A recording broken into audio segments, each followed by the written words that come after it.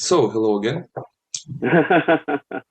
I would like to start from a question from a problem where I find your position very interesting. Hmm. Let's just start from the beginning of 20th century. One of the most popular definitions of what theory or theorists were trying to do then, up until the Second World War, is to prove others that cinema is an art. Yes.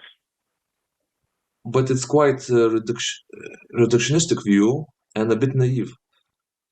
When I read your work, one can see that theory itself is not that self-explanatory Hmm. in that sense, and maybe it's not really fair to the people back in those times to put them under one umbrella. Yeah. Can you just expand and give your thoughts on what was happening there and what purpose was theory till the Second World War doing? Yeah. Yeah. To me, especially in teaching, that's the most fascinating period to deal with. First of all, because it's so international. Um, uh, let's see. The first thing I would like to say is almost no one in the period from the beginning of cinema up until I would say even almost probably the 1950s, had any kind of self-reflexive concept of theory. In fact, almost nobody used the word. So there was no sense of a theory of theory, right? Of a methodology where people would identify themselves under one umbrella. Of course, the other difficulty is you have very important people writing in the Soviet Union, in France, in Italy, UK, in America, but they're not necessarily communicating with one another. Nobody is writing big books. They get translated in other languages. Even their articles are, published in little journals that is kind of like Lithuania, circulate among a small number of people. Although the other interesting thing is how many people writing what we might now retroactively call film theory were also filmmakers who were committed to thinking about and writing about film. Germain Dulac, Sean Epstein, or of course Eisenstein. But the other thing that, there's two problems in the book that fascinated me. One of which is I thought was a false problem, which was this retroactive characterization of all these diverse writings as belonging to a discourse called film theory that had a history, that had a continuity. But in point of fact, even to this day, the activity that one calls film theory or aesthetic theory is very ill-defined in practice without much self-reflexivity. On the other hand, that kind of writing, which I call the aesthetic discourse, which is loosely organized around the worry or the problem about whether film is an art or not, but also the worry or the problem about what film is, because the wider context of the history of philosophical aesthetics was not prepared conceptually to understand what film was or what it was becoming, right? So what is totally fascinating about this work is that on the one hand, for the history of film itself, it's nascent, it's becoming, it never becomes fully formed, but it hasn't reached any kind of stable narrative form. And the thinking and the writing about the medium is the same. It's extremely exploratory. It's not as if there's a defined object that people could make theory about. Someone like Epstein or Ricciardo Canuto, they just have to invent a style of writing, and they have to invent concepts to try to understand the experience they're having. And so these writings, it's true, they tend to organize themselves in complex and contradictory ways about trying to, first of all, understand whether moving images can be thought about adequately within the existing philosophies of art, or whether the existing philosophies of art have to be challenged and revised by the very nature and experience of this new medium. And that's why I've always loved Benjamin's quotation that appears in several places. It certainly appears in the Work of Art essay. I think it appears in A Little History of Photography. But the line is, the question is not whether or not, film is art, film or photography are art. The question is whether film and photography transform the entire domain of art, so that they're no longer outliers for a philosophy of art, but they require a philosophy of art to, out of the experience of film and the thinking about film, to transform itself with new concepts, new styles of writing. So it's beautiful in that the period is extremely diverse and complex and even contradictory. But despite the different nations, despite the different languages, if we could call something a force of theory, it's being compelled by the same kind of experience, the same kind of understanding that a new kind of aesthetic experience that is international in scope is appearing. And how does one write about that? What influence do you think that experience? What is the essential difference of cinema from the others 7 great arts? Yeah. Well, there's two problems embedded there. You can answer that historically, which is what the people in the period of so-called classical theory were wrestling with, or we could look at it from a more modern perspective. If you think about it, I'm going to start backwards. And it's something we were talking about before you started recording. Moving images, let's say the genre of moving images, is not a stable object. It's constantly evolving. It's constantly creating new kinds of perceptual experience. It's being recontextualized socially in different ways. So there is no essence that one can anchor a philosophy in. And that also could have been what was kind of disrupting or just disturbing philosophical thought about aesthetics in this period, because most philosophies of art, in which Hegel's philosophy of art was still very, very deeply felt that their, I don't think Hegel ever uses the word medium, but he certainly thought that genres of art had to be defined by their specificity.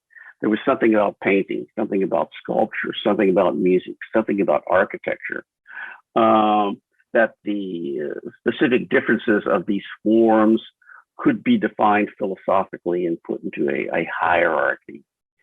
And the most confusing problem, I think, Luciano Canuto is very good about this, because he early on came to the conclusion, he was one of those who started talking about film as a synthesis of the arts, right?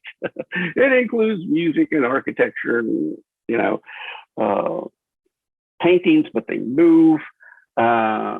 His writing is beautiful, although I'm not sure it's a satisfactory philosophical answer. I think I'm forgetting. Oh, yeah, but they're until Benjamin, I think, almost everybody, the tools that people had to think about film were grasping for it as an essence. And that essence could either be defined formally, in terms of its aesthetic possibilities, formal possibilities, or experientially, right, in terms of the experience of watching films. And I think Benjamin is one of the most important ones to understand that what he called the technologically reproducible media were was a dynamic thing, right? It was in flux. In fact, the idea is that experientially, it accustoms us to dealing with highly dynamic images. So I think it's one of the lessons I try to put across, especially in Elegy for Theory, is to to take nothing for granted, and to how do I want to put it? Not to retroject, a nice word I found from contemporary people writing on the history of ancient Greek philosophy, which is to say to project upon a past time your own current conception, let's say, of what theory is or what it should be, and to go back and try to. So there's two approaches. One I think is truly historical, and who part of me has always been an intellectual historian of philosophy, and to understand what the conceptual context was, so what the conceptual resources that people had. But on the other hand, from a more contemporary standpoint, one has to be attentive to what is happening now. What is the fluctuating existence of this thing one calls moving images, which still might be in movie theaters, but it's also on streaming video. It's now in the art world as something else in terms of installation work. And so, as long as one conceives of theory itself as something with a kind of ontological as well as intellectual specificity, one is always going to be falling behind, right? Because I think there is no systematic methodology or fixed set of concepts by which one can either keep up with the present or anticipate the future, which perhaps is why philosophy is important. But so then what is the thread that allows us to group all those people and all those writings under some kind of singular word as theory? I don't think there is. And this is where I learned a lot very early on as a young scholar from Foucault, because Foucault was always, whether he's writing about, surveillance, the history of medicine, or what have you, first of all, was always very attentive to the fact that at a local level, things were very contradictory and complex. But it could be that a discourse formation, to bring in a Foucault topic, could have certain, what he called regularities, which aren't exactly continuities or homogeneities, but one can see, I don't want to use the word continuity, but it keeps coming to mind. I'll come back to regularity, among otherwise very different discourses in terms of the kinds of questions they address, in terms of the conceptual vocabulary they have available, in terms of the observational methodologies they have available, which are a form of restriction or rarity, right?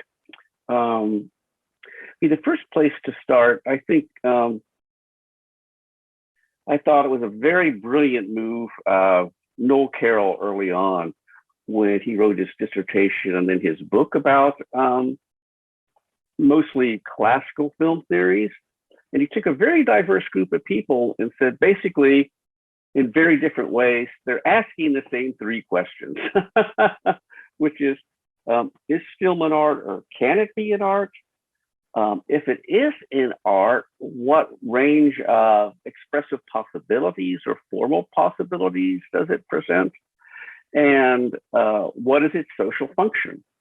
You know, is it only a function to be art, or is it to be in the Soviet sense, or in Eisensteinian sense? It's a way of modeling people's ideologies.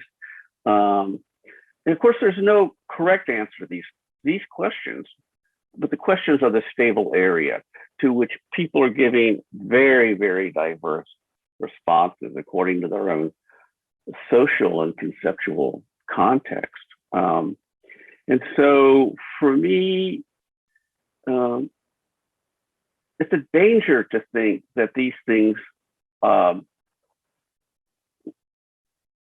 have a truly unifying thread.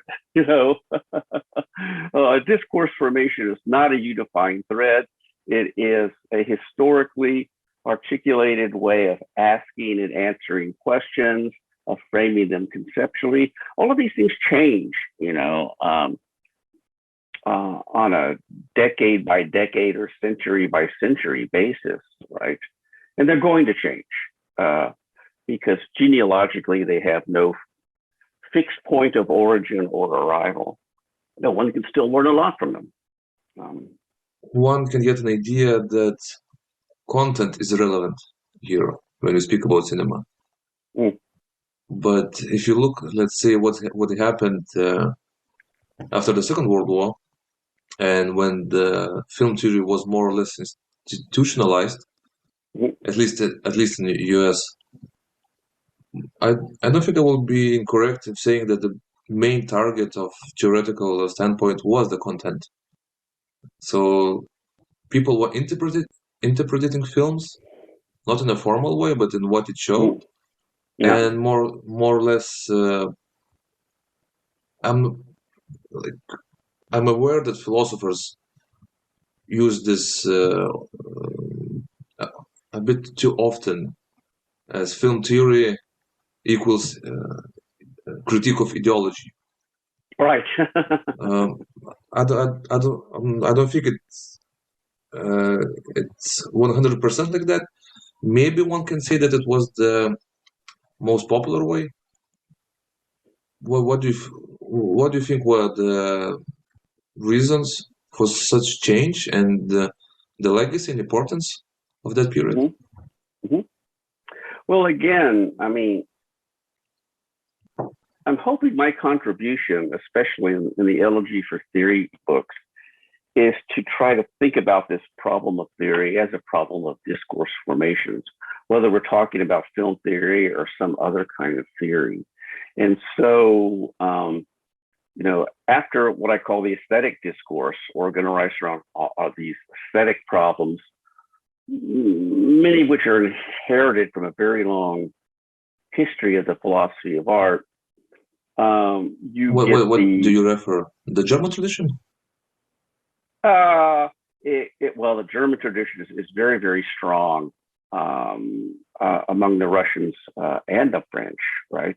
But the French have their own very long tradition going back to the 18th century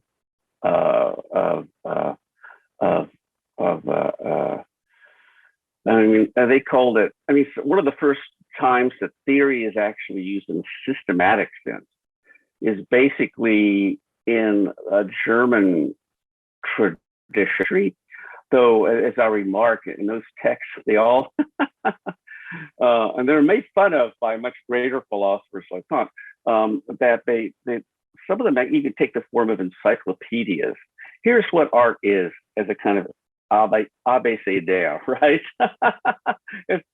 And if you're going to understand what art is, we'll give you all the little slots and here kind of categories you have to understand.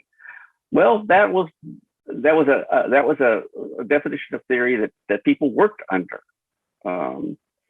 But I do think whether it was acknowledged or not, the major touchstone for everybody, say in the 19 teens and the 1920s, was Hegel.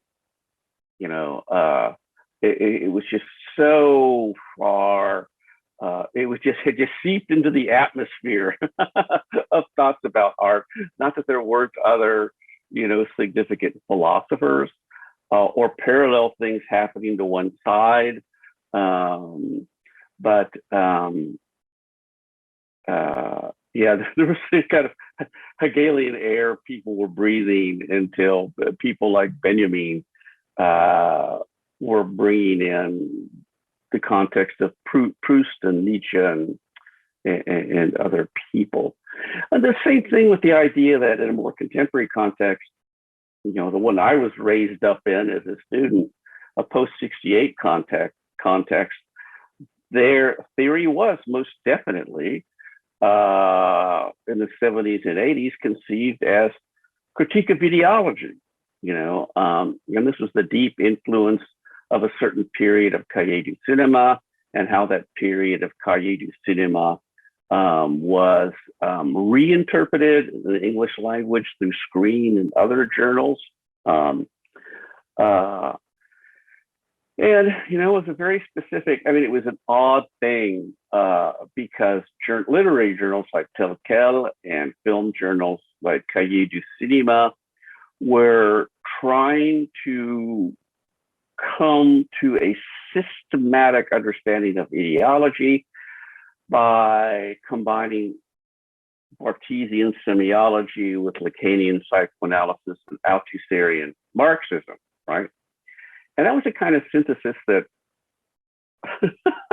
Barth, Lacan, and Althusser didn't understand at all.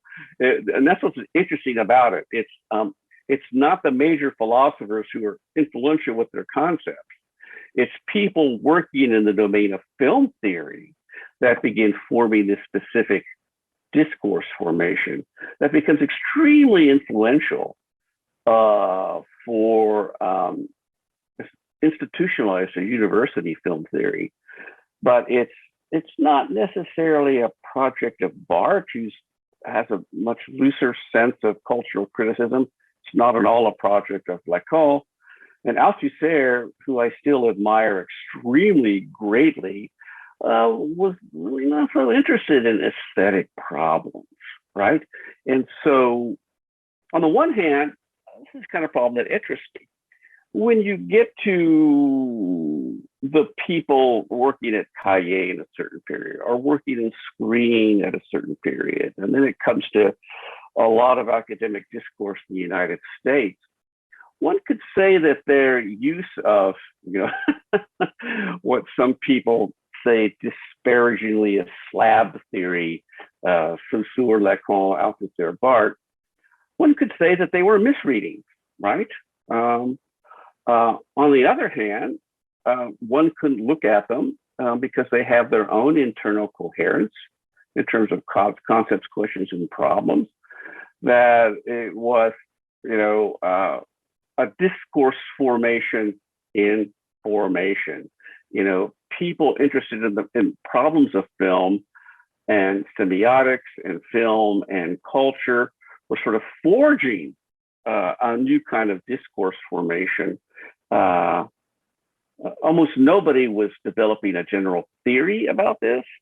Some people tried, but so what I want to say is, from the one point, as someone who's intimate with both sides of this question, one could say, why are you, slotting Althusser in here? Why are you slotting Lacan in here? But it is because a new and original discourse formation is coming into being, right, around the way people were thinking about film at the time.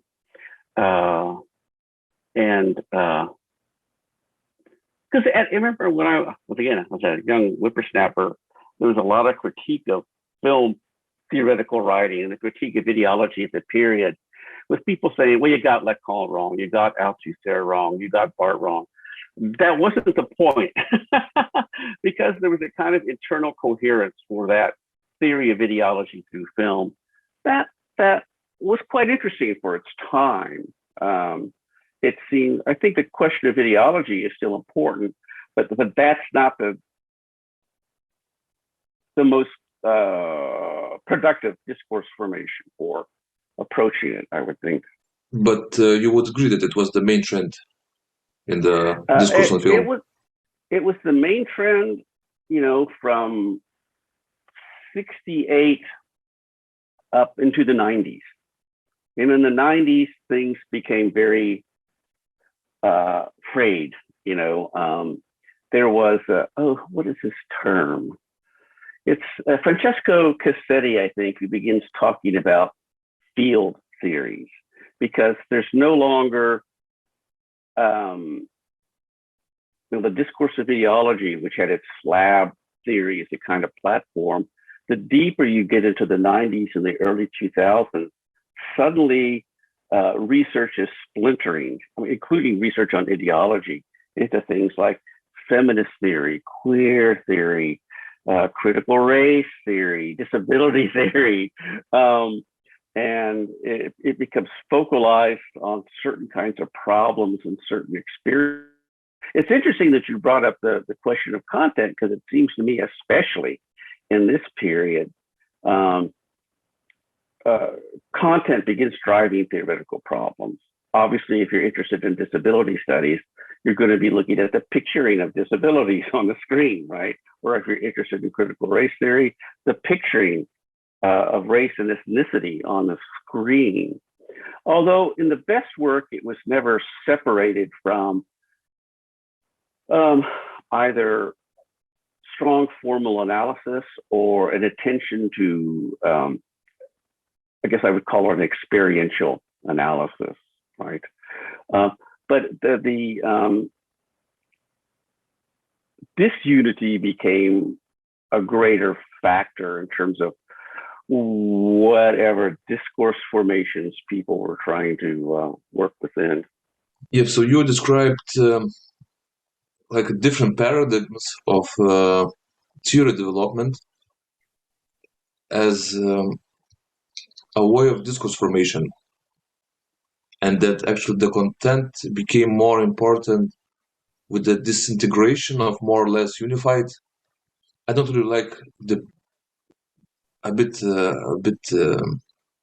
a prorogatory term, the slab. Yes, no, it's not good, but it's just a shorthand. Yeah. Yeah. Otherwise, I do like the work of Carol and Bordwell. I think what he did is really interesting.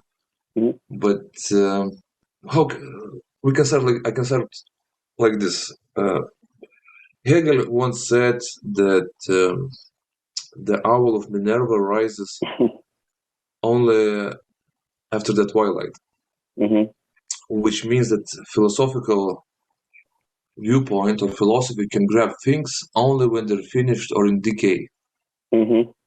We finished with the period of 90s, early 2000, when actually such thing as film philosophy emerged. Mm-hmm. Of course, one has to remember that actually one of the first books, which is totally lost in the discourse, I think it was written in 1910. It was called Film Philosophy. Belash right. is referring to it. I've heard of it. Yeah. Yeah, but it's not very good book. But in general, just it was a German book, no, wasn't it? Yes. As you described before, in encyclopedian manner wrote. Yeah. But the main idea is that if Hegel is right, and when film philosophy emerges, one could conclude that the enterprise of making cinema is being dead. Of course, if you consider yourself Hegelian, I would just like to hear your thoughts and the advantages and disadvantages of this new discourse formation called film philosophy. Yeah, it's. I was just laughing to myself because David Bordwell, who was a mentor and was a good friend, though I don't see him very often. With the arrival of the digital, said, "Oh, I'm so glad when cinema is over. Then I'm going to have a closed database," which of course is not true, right?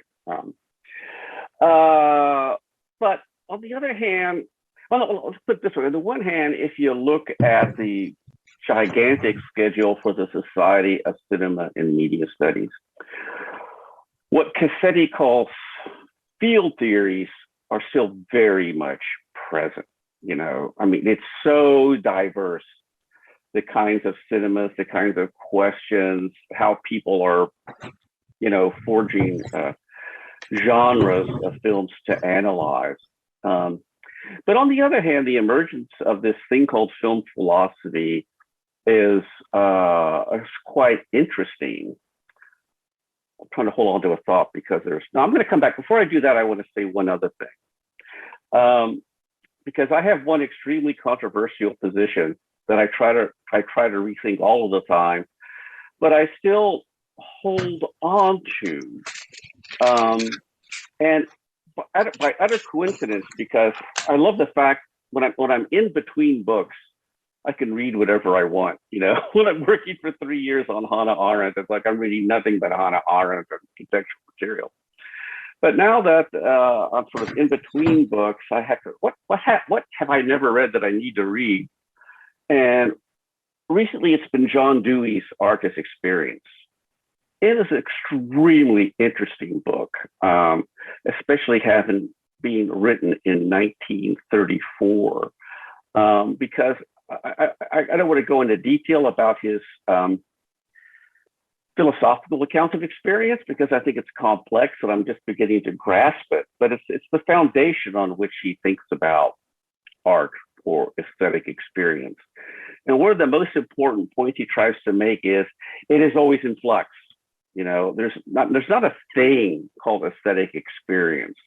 It is always evolving in terms of conditions of human understanding and new art forms and new contexts for thinking about art. So one thing I find interesting in the book is how he's always dealing with flux, fluidity, dynamism with respect to understanding experience. My controversial position that came up in Virtual Life of Film, I don't think movies have ended, right? And therefore something else begins. But I do think a certain kinds of aesthetic experience has ended. And that is that theatrical celluloid experience, which for me, to me, there is a phenomenological difference that one can think about between the period when celluloid film was dominant and now the digital formats are dominant. I mean, not that what is bad, that what is good. As an artist, I myself am exclusively a digital artist, but I'm caused to think that the one way I put it was, you know, before digital projection in theaters, our aesthetic defaults had to do with the registration of time and space by analog media. And now our perceptual defaults have accustomed ourselves to the digital, and so much so that it's hard to recognize even what the depth of experience was with analog film. This is not an evaluative argument. But to me, it does help clarify at a certain period, the pre-digital area, how philosophically or even theoretically, one understands that experience better, that depth of temporal phenomenological experience better as it disappeared. Well, I think that was one of the arguments of Virtual Life of Film, right? And I think even with respect to digital media, now where the Alamo is flying again, because when I was writing Virtual Life of Film, it was before social media even really existed. It was before streaming media existed. So I was really thinking about the experience of watching digital moving images in a movie theater. It was the only time in my life the film industry was interested in what I was doing. Literally the only time Hollywood ever cared about what I was doing was I was being invited to test screenings of different kind of digital projectors to compare my impressions with cinematographers who are much harder on the change than I was, and who saw the change in a deeper way than I did. But now, I think that perceptual default has shifted radically because of the diversity of platforms on which movie images appear. Because now movie images are on a really, how should I put it, forceful continuity with video games, which I don't. We have a fantastic group of young scholars working on video games. I don't get it at all. I never played them, but I think that a lot of my students, undergraduate or graduate, their perceptual defaults have been utterly now rewired by their experience with video games, which becomes the framework by which they look at cinema, or just the raw availability of streaming media. And so I think we published in 2007, that's not so long ago, when I was writing in Virtual Life of Film. And I kind of anticipated this would happen, which is the only congratulatory thing I can say, is that even what we call digital moving images now have been utterly recontextualized by a whole new experiential context and whole new perceptual context, which calls for different philosophical tools, right? Alas, poor me, I'm retired. I'm retiring because I'm not sure I have the philosophical tools to deal with that big a change anymore. But do you see? But I think your point is really interesting about Hegel and the owl of Minerva, and it requires us to look very closely at the nature of changes happening. My God, what a weird lifetime I've had to go from theatrical cinema to broadcast television, to videotape, the DVDs, digital streaming. It's when I think back, it's almost head spinning. And as I said, even though I do not really work on the world of social media or video games or gamification, I am, helpful to have young students around you, which I won't have as much when I'm retired. But it made me really come to understand that yet again,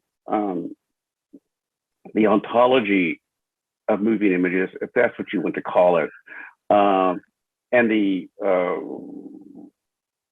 social and perceptual and aesthetic experience of it are now formatted in a different way. And I think, almost physiologically and cognitively, but certainly experientially in the Deweyian sense, we are now we're habituated in a new way to think about what movie images are and can be and what our relationship to them is. And I'll have to come back to my film philosophy thing, but I wanted to put that on the table first. Yeah, but so again, why philosophy then? Sorry? Why you didn't actually put the needle on the philosophy question itself? True. Again, what is the specificity of this new discourse of why theory should have taken the philosophical turn? What does philosophy provide? Yeah. Well, you'll know that for my book, Philosophy's Artful Conversation, I believe that although there's a very messy frontier between theory and philosophy, they are ultimately distinct. I don't like the word specificity that you come, but there's, let's say, distinct practices for approaching the image. And theories of film or theories of the moving image are always going to have the moving image, whatever its historical identity is, as their basis. But philosophy, actually, I think philosophy importantly is practiced in a different domain. And I'll start with a wonderful anecdote that when I first arrived at Harvard, I was happy that Stanley Cavell and I struck up a very close friendship. And Stanley was a bit, despite the fact he's one of the dominant figures for people to think about the relationship between film and philosophy, he was a bit mystified by this idea of film philosophy. And my point is, which is very controversial among my younger colleagues, is I said to Stanley, well, there is no such thing as film philosophy. There's only philosophy, which sometimes deals with films, which sometimes deals with concepts, which sometimes deals with, I don't know, installation art, And so what does that mean, right? First thing it means is that philosophy always distinguishes itself by its reflective, analytical, and critical response to the concepts it has available, right? So its object, Stanley might be writing about, Hollywood musicals or Hollywood melodramas, but in the course of that writing, there is a very deep analysis of, he's trying to advance his ways of understanding other kinds of problems which are philosophical. For example, the problem of skepticism and the overcoming of skepticism, the question of moral perfectionism and ethics in relationship to moving images. And despite my love for film or Stanley's love for film, this displaces film in a certain way, because film or art or become occasions for philosophical thinking. They're not occasions for filmic analysis, even if Stanley produces fantastic analyses, right? That the so my it's not an anxiety, but my worry, since a lot of younger scholars now look to me to talk about these questions, is don't use philosophy because you're tired of talking about theory. I think film theories can still have an active life, but film philosophy means you're working primarily as a philosopher, rather than a film studies person or a TV person or a art historian, right? And so the kinds of problems you might are dealing with will not be solved by talking about film, but the nature of the problems might be expanded and revised by addressing certain art forms, right? Problems of anthology, experience, ethical evaluation, skepticism. And so most film philosophy is advancing along a curve of philosophical problems, which one feels can be looked at in a new light or revised, or concepts adapted by this experiential contact with film. I mean, Deleuze, Cavell and Deleuze again, it's so, no one was more mystified than Cavell by people like me who kept trying to compare them. But Deleuze is also a great example. On the one hand, and I say this seriously, as someone who is a Deleuze scholar as much as a Deleuze and cinema scholar, that the two cinema books are his weakest books. I think they're the worst written. They're the least thought through, but they're still very powerful books. And on the one hand, I also joke, but I'm quite serious about it, that the two cinema books are basically a 500-page long footnote, The Difference in Repetition. But that's an important thing to say because Deleuze is taking up a lot of the important questions and dilemmas of one of his most important philosophical works in trying to understand how contact with the experience of film is beginning to remodel a lot of those concepts for him, such that the two cinema books become, they're both fascinating and difficult to read because Deleuze is revising, though in an incomplete way, a lot of the work he was doing before he's working with Guattari. So it's fascinating if you know the previous work. Like I always say, you'll never come to terms with the two cinema books until you come to terms with difference and repetition. And by the same token, I say, you're really not going to come to terms with Cavell's film books unless you've completely come to terms with claims of reason. And I think what confuses people who don't have a deep philosophical background about Deleuze's film writings and Cavell's film writings is that there's an absent context. Of course, Stanley cannot write about film without that book that obsessed him for 20 years, which is being published in between two of his cinema books, right? But people in film studies don't read it. And once you have read it, a lot of what seems mysterious or confusing about Cavell's film books becomes quite clear and interesting in terms of how film is helping him re-understand, remodel, and revise his arguments about skepticism and the overcoming of skepticism. The same thing with Deleuze about, in some respects, Deleuze is even more important to me because of his self-consciousness that contact with art helps one, sorry, I can ignore that. That contact with art and contact with film is a form of conceptual innovation and renovation, right? That in a very complex way, art in film is what was the metaphor I was just looking at?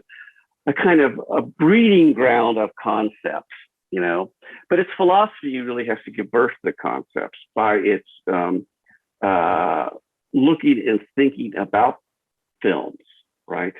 Not that philosophy can't, you know, find new concepts on its own, but both Deleuze and Cavell in their own way, because they were so attached to both films and painting and so forth, saw them as a way of this, started adapting Dewey's vocabulary now.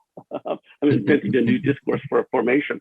But this deep experiential contact, you know, with an art form is a way of pushing, giving one the ability to understand old concepts in a new way, to give birth to new concepts. Deleuze often talks about it as the passage from ideas and concepts. All artists have ideas. Sometimes they're not quite expressly articulated that are driving their work, but a philosophical analysis can, you know, in its experiential contact with those ideas, come up with new philosophical concepts in a kind of virtuous circle with art. And this is especially important for me because I'm also a working artist who tends to make quite experimental films and who for a long time, without any justification, so now I'm trying to come up with justifications for it, said, well, in my experimental videos, I'm doing the same thing I do in film. I'm just thinking through a different medium. And that used to be I think 10 years ago, that was a very facetious thing for me to say. But now I've really, because I've been pushed to talk and write about this more in the past 5 years, I'm beginning to understand that it mostly works on an intuitive level, but I often make work in an intuitive way because I'm trying to respond to other things I'm thinking and writing about. And then as I think and write about them, it makes clear to me what I was trying to do with the experimental work, which gives me new ideas for experimental work. So I'm glad I was called out on this and sort of made, and I've written several things now about this, but I feel less embarrassed by the question, which also means that I feel more convinced than ever that better artists than I are constantly creating the conditions for aesthetic ideas that are can give energy to the creation of new philosophical concepts. So I love this idea of the virtuous circle between art and philosophy. Not that all philosophy has to engage with art. It should deal with language as it always does. It should deal with concepts as it's always done. But it's of particular interest to me. But it just comes back to saying that, and I think the strongest, hope nobody hears this outside of Lithuania, the strongest work that I know of in Anglo-Saxon film, well, actually both the strongest and the weakest work I know of in what is called Anglo-Saxon film philosophy, is coming from people with very deep philosophical backgrounds, as well as deep knowledge about film.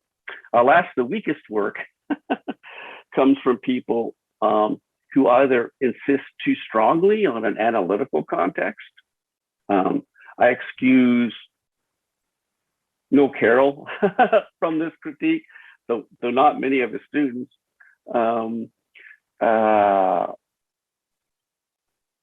Just because the range of questions and methods is too narrow. And on the other hand, there is a whole, well, we're both Cavell and Deleuze and concerned. There's this whole like industry, this cottage industry of Deleuze and film, Cavell and film. But in both cases, so I don't want to point the finger just at Cavell students or students of Deleuze, but they're not going beyond Cavell or Deleuze, right? It's like there's just so much work that simply repeats or reapplies, which neither Cavell nor Deleuze as teachers would be satisfied with. They don't want disciples. Mm-hmm. And both Deleuze and Cavell have infinite numbers of disciples, but neither one of them forged philosophies where they wanted disciples. They wanted people to take up their ideas and keep inventing and keep pushing the philosophical questions forward. And in fact, I'll stop this line of thought here and let you ask more questions. The greatest compliment I think I ever received in my life was I arrived at Harvard with the manuscript for Virtual Life of Film mostly done. And the first time I went out to lunch with Cavell, to my utter dismay, he had printed out, most of the manuscript of Virtual Life of Film. I went, oh no, he's read it. What's gonna, I thought I was gonna be in PhD exams again. But we had a long conversation, and at the end of it, I forgot what I wanted to say. Compliment. It was a compliment. He put his hand on mine and he said, David, your reading of the ontology of film through me is not really what I mean by the ontology of film. And I said, I know, Stanley. And he said, that's okay. It's your concept now. And that's how I want everybody to be. It's like he understood that I read very deeply what he had to say. And with the arrival, the disappearance of the analog and the arrival of the digital, I was pushing that ontology forward in terms of talking about how problems of skepticism were remodeled, how temporal experience was being remodeled. So he recognized both that I read him very, very closely and generously, and he read me closely and generously and said, yes, you have something, from my perspective, new to say. And that's fantastic. I mean, to me, that's the greatest pedagogy, when you recognize that you've had a philosophical conversation and you realize on both sides your thinking has been revised and even renovated.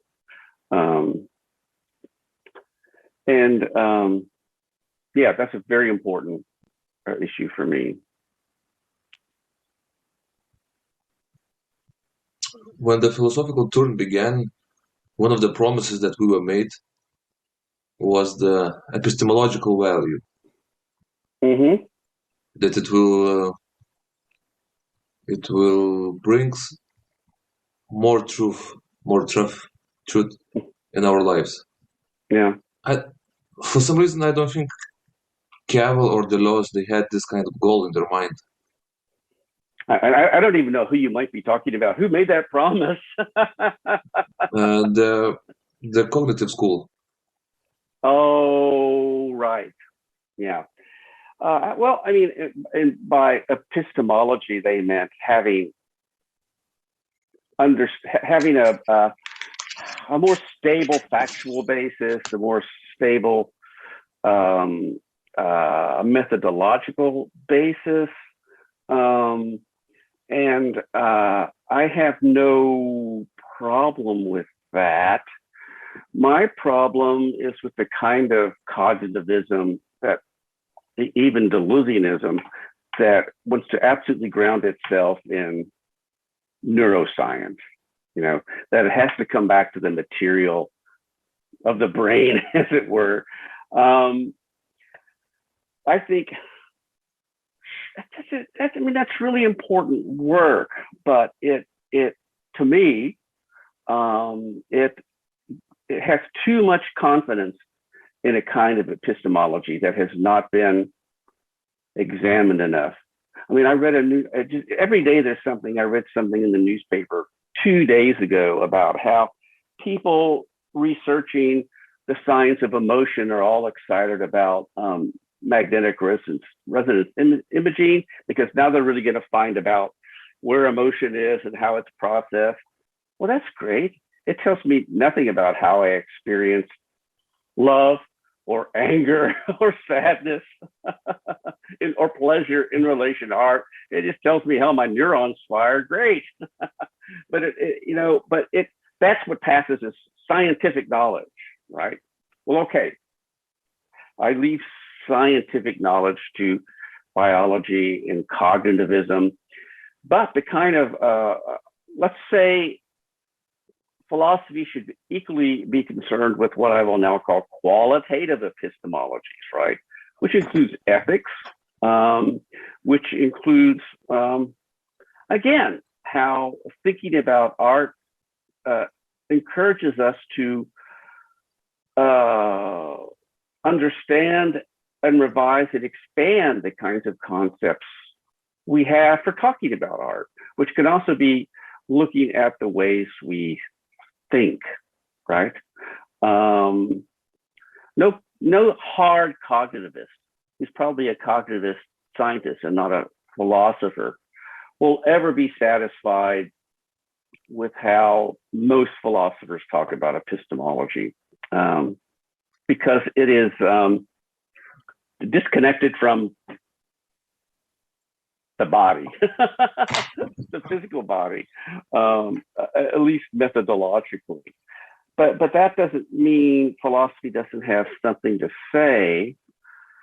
And the other thing I was thinking about the other day, it was an obsession of mine for so long, and now I feel much more confident about it, is when I was doing I'm busy digitizing my collection of about 1,500 CDs, so I don't have to take them to France with me. We're all going to be in a little digital hard drive. I became upset when I began work on the Figaro. What I was really obsessed with is, why is philosophy obsessed with the linguistic nature of thought? Mm-hmm. You know, or why does the hardest forms of analytic philosophy find reason to be encased, as it were, in symbolic logic, or to conceive of thinking is, on a linguistic basis? And even one of the great heroes of analytical philosophy, Wittgenstein, had no truck with this. But it's such a dominant anchor of positivist and post-positivist philosophy, right? And maybe it's because I always was a filmmaker along with a philosopher.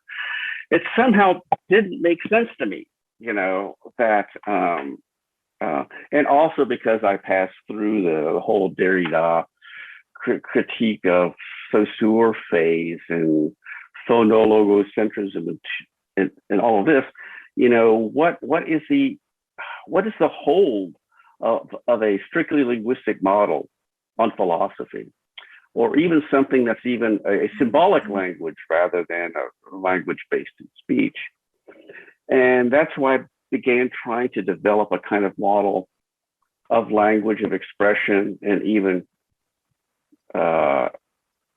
concept formation that was trying to break down this long philosophically held differentiation between linguistic and plastic expression.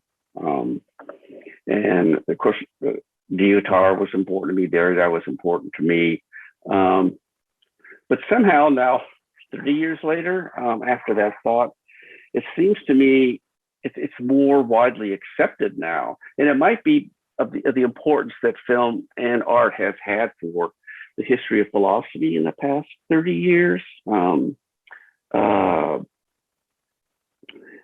least for myself, I feel like I won the battle. Maybe I'm the only one who believes this, but I believe, I think it's when I realized that I was actually maybe doing significant philosophical work through my art practice.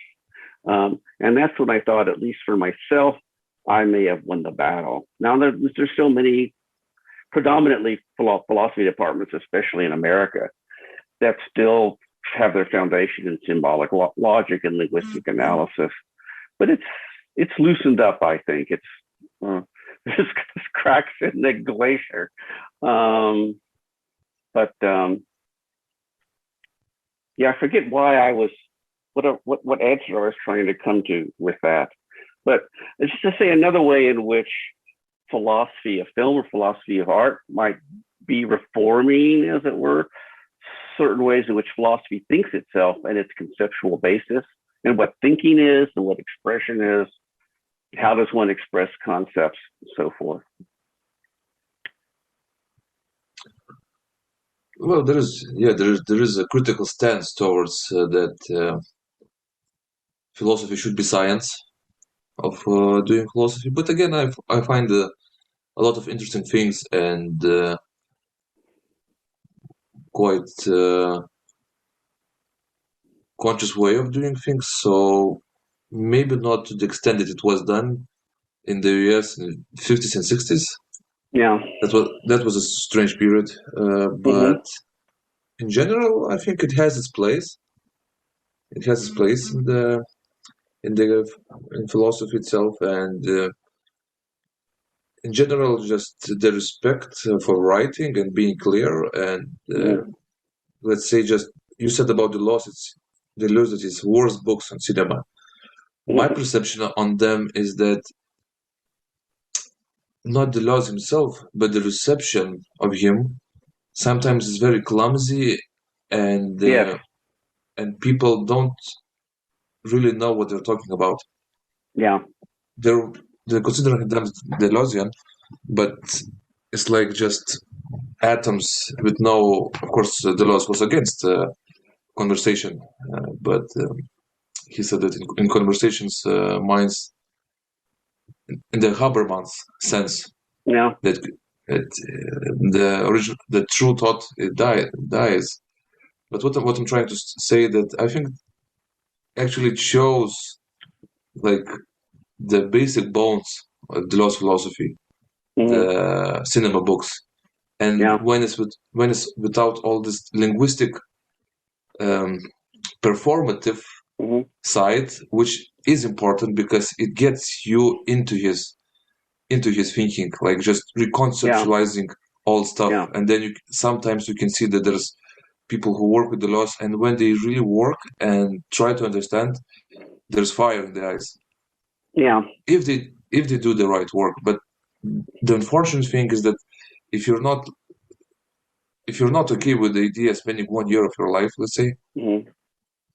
with trying to understand what's happening there, you can fake it easily. It's like Yes, I'm afraid so. You could try to fake it, and but it's much harder to fake it when you're doing it in an analytic style. yeah, yeah, yeah. I would to say I have no. I do not worry about science as such. I do not worry about theory as such in terms of how I conceive philosophy. All I ask for people is to have a very clear, uh, critical, and reflective definition of what one thinks. When one uses the word science, what do you think you're really going to achieve epistemologically? Or if they use the word theory, what do you think you're really going to achieve philosophically? Because Althusser thought Marxism was a science.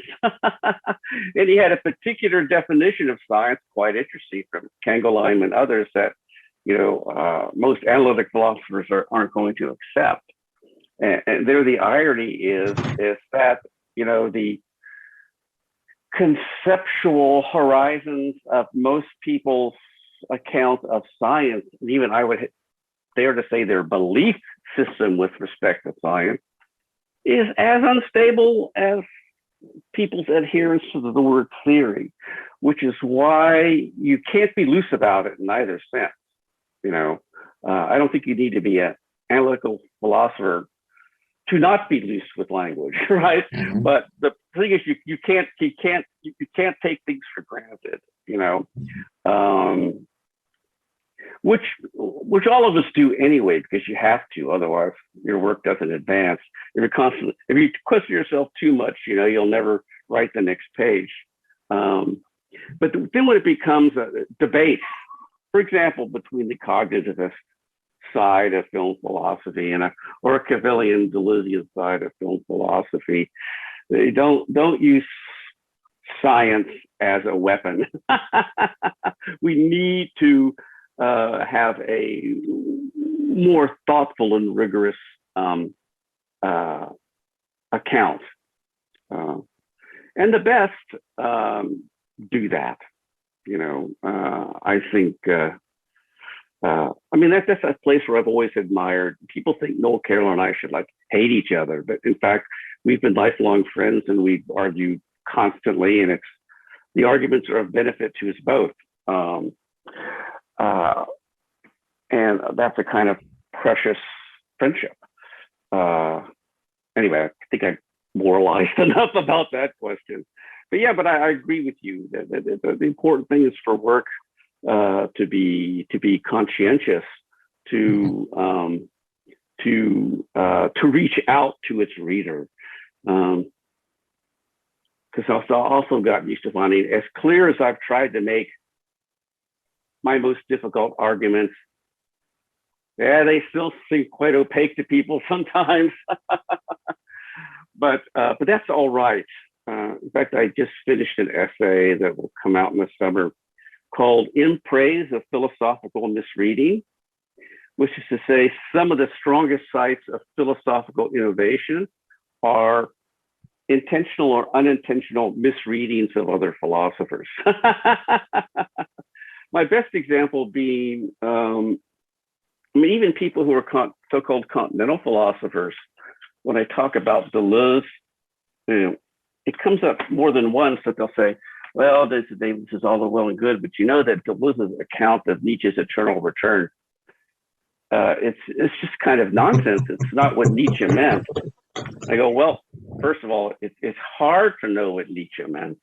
On the other hand, I find completely compelling, Alexander Nehemiah's reading of Nietzsche's eternal return as a kind of ethical concept. But it is true, it is wrong. In some respects, according to the letter of Nietzsche's text, as much as one could understand it, it's a kind of weird argument that Deleuze comes up with. Yet it is a fascinating account of time. In other words, it's Deleuze making almost entirely his own, although he never gives up using Nietzsche's language, right? It's Deleuze, beginning in his book, Nietzsche's Philosophy, making entirely his own Nietzsche's ethics and the concept of the eternal return. And if you're a certain kind of historian of philosophy, you can say, well, that's nonsense. I went, ooh. It might be nonsense if you're an originalist about Nietzsche's thought. It's not nonsense if you want to learn something about difference, repetition, time, ethics from Deleuze, right? So,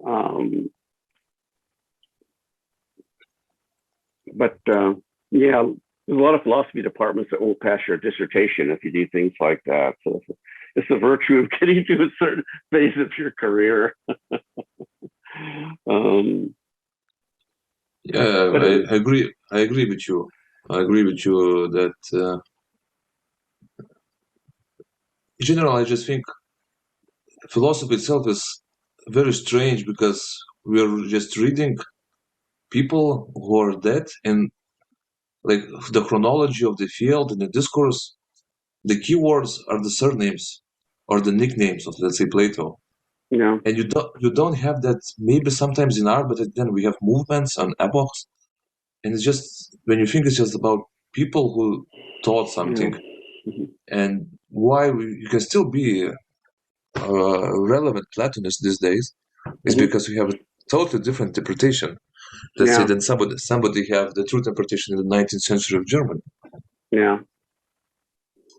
But I must say the foundation for me that is really important about philosophy, and this, it started coming to me through Nietzsche, it started coming through Foucault, but then it really came to me through Pierre Hadot,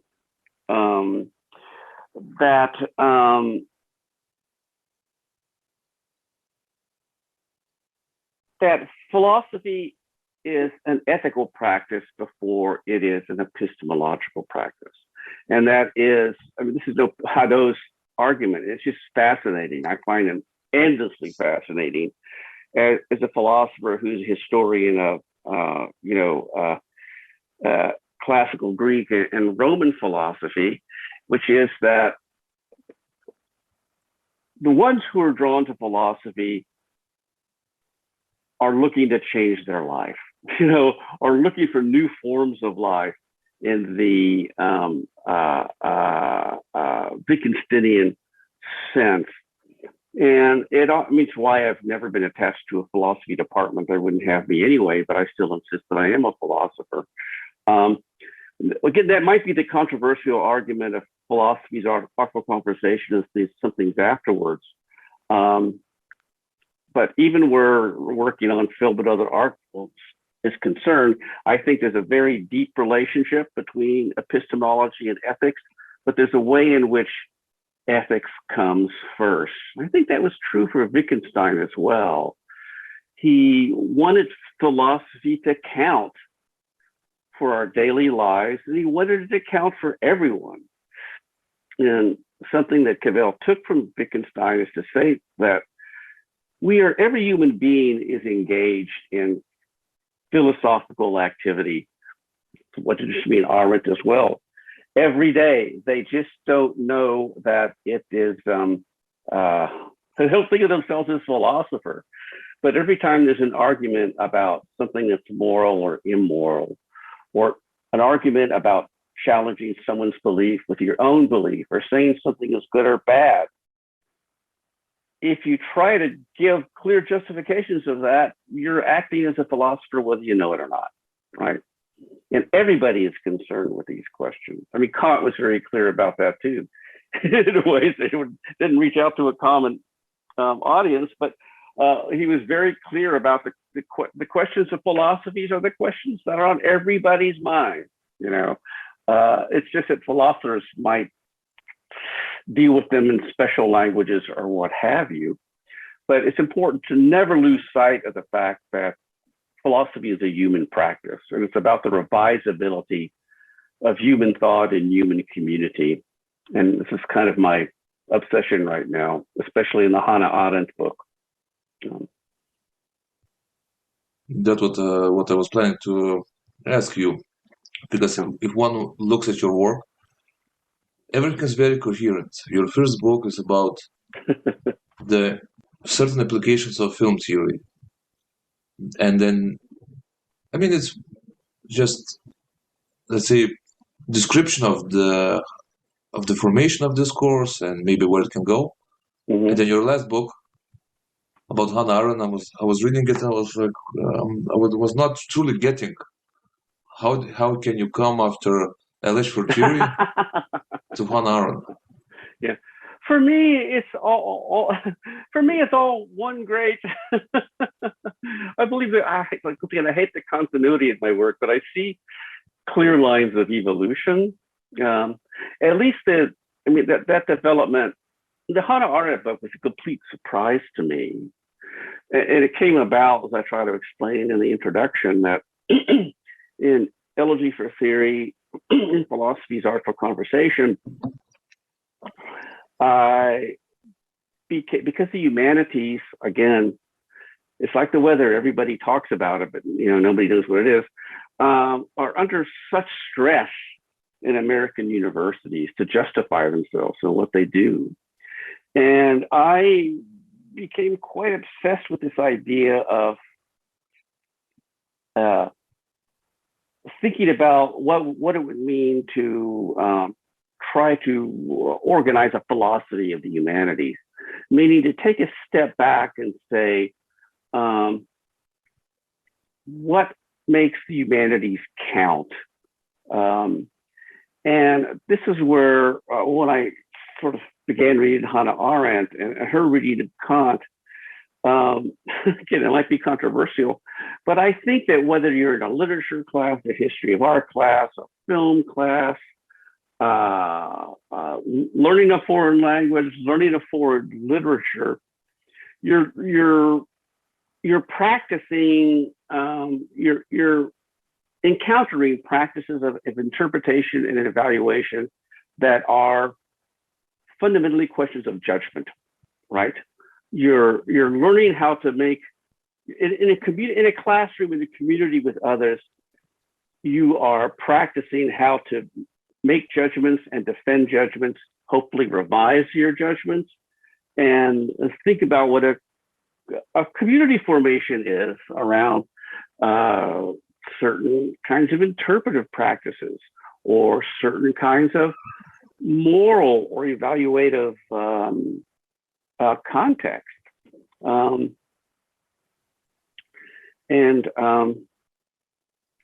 now that I'm about to cease teaching, actually, I taught my last class last winter. I'm still fundamentally committed to that idea. And I think the refrain, I guess I'll put it, in my work, which is, for me at the beginning, was fundamentally Foucauldian in inspiration, is to understand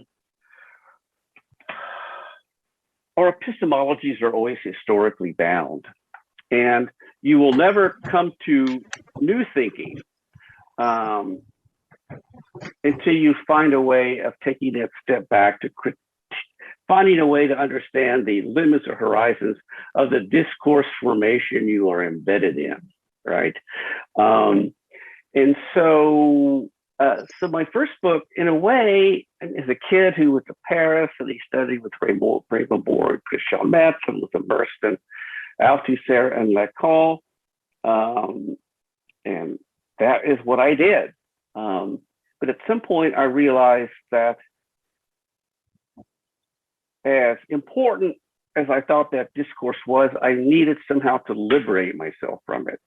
I wasn't going to be able to think in new ways without pushing the horizons of that discourse, which, you know, I mean, really, the difficulty of difference is kind of an extension through feminist theory of what crisis of political modernism is, which is how do we push at the horizons for how we think about sexual difference and spectatorship. And then it was after that that Derrida and Lyotard and Deleuze kind of freed me to write books like Reading the Figural. But with every book I write, I mean, Elegy for Theory is a good example as well. It's sort of testing the boundaries, the frontiers, the horizons that we have to think within to find their limits and find out how to go beyond their limits, right?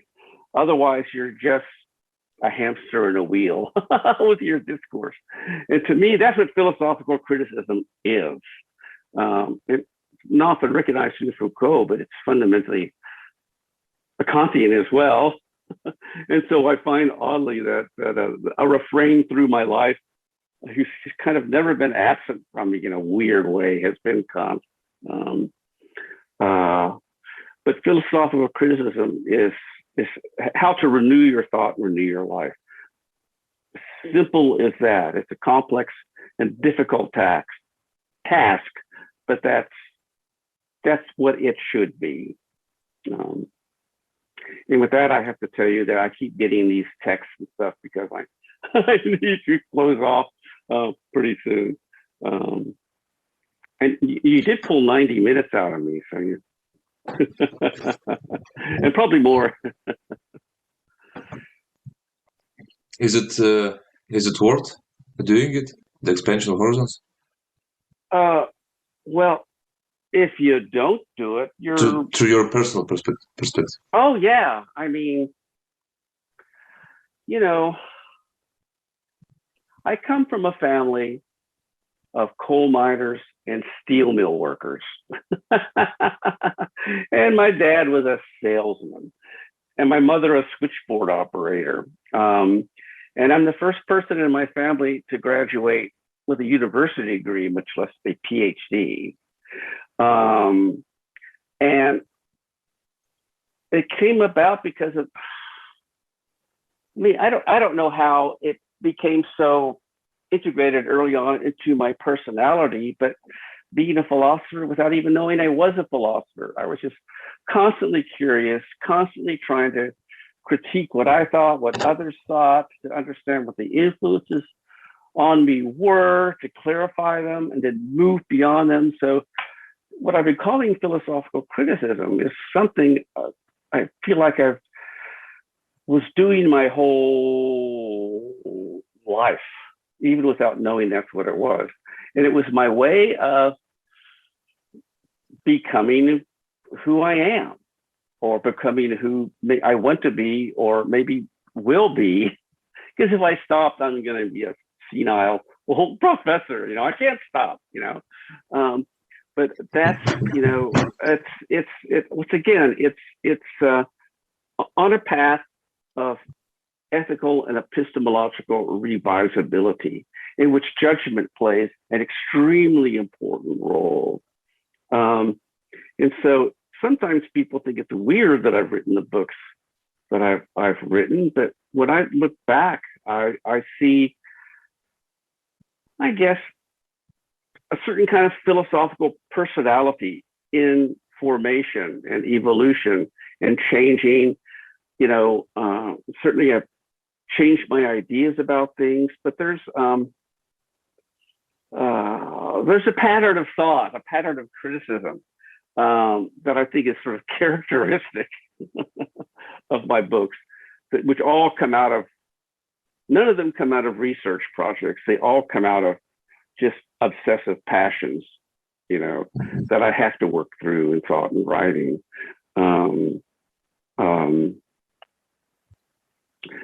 If somebody asked me to write up a research project in even a loosely scientific sense, I would be completely lost because it's just, I just keep working through obsessions that certain scholars have made clearer for me.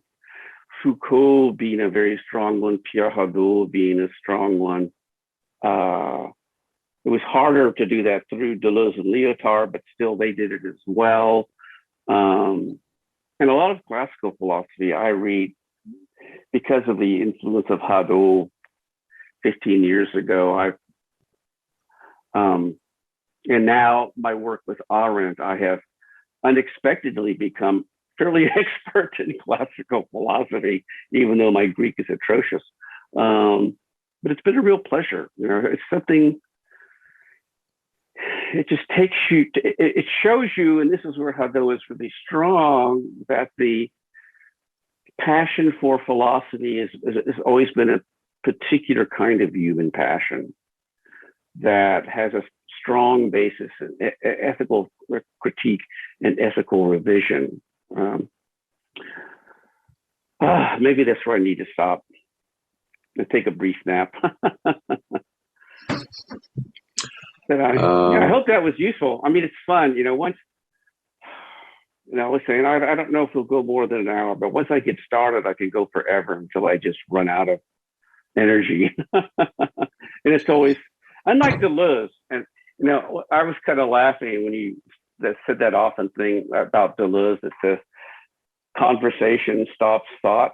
It's a rather weirdly Platonic idea for someone who's an anti-Platonist. But I think conversation, serious conversation is critical in every sense. I must say, I never feel dissatisfied after I've had a quite in-depth, thoughtful conversation with someone like I feel we have just had. So it was hopeful. Hope it was helpful to you in your podcast as well. Absolutely, I agree with you, and I find those conversations that I have in podcasts and the one that we have now extremely important. Yeah, great. Thank you. Good. Well, thank you. And I will now, before I shave and brush my teeth, which is long overdue, get this recording sent to you so you have it right away. Okay. Yeah, I'll do that before I have lunch. Thank you very much. Again, thank you very much for your time, for your thoughts. Maybe I would like to have a non-formal conversation, if that's not too intrusive, with you, just about the dissertation that I'm writing. Mm-hmm. So maybe tomorrow or the next day, 20-minute chat. Yeah. Let's. Can we wait until week after next? And I'll tell you why. Which is right now we have visitors from France that we are entertaining. And I'm also in the middle of a number of appointments that are showing our house to potential buyers. And next week, to my utter total embarrassment, but they're making me do it, there's a 2-day conference about my work and a screening of my films. And people are coming all next week with this conference, and it's going to be kind of overwhelming my time. But if we can wait till week after next, all of this, maybe my house will be sold. That would be great. But this other stuff will be behind me. I keep trying not to think about this conference, but now I'm getting these emails of people. I'm going to arrive early, and can we do this and that? And so it'll be easier to make promises the week after next. How about that? No problem. Absolutely. Okay. And then I'd be happy Absolutely. to devote at least 20 minutes to your dissertation. So. Okay, so thank you again very much. Thank you. I wish you have a good day. Yeah, the sun finally came out, so maybe I will. All right. Well, thanks. And yes, shortly, next hour or two, you'll get this recording, and yeah, we'll see where it goes from here. Thank you.